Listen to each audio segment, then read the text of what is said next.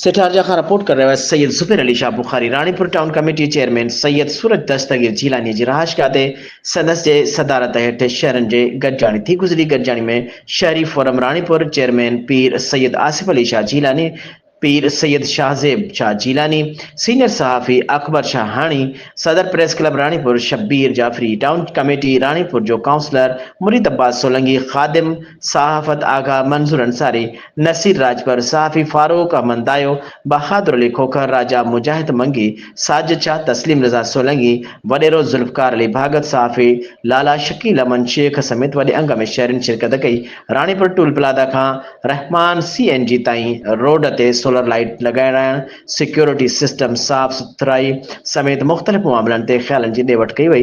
जंहिंखां पोइ chairman town committee हुकुमनामो जारी कयो त सोलर लाइट जल्द नस्ब कयूं वेंदियूं। उन मौक़े ते मांझादे जो पिणु एहतमाम कयो वियो।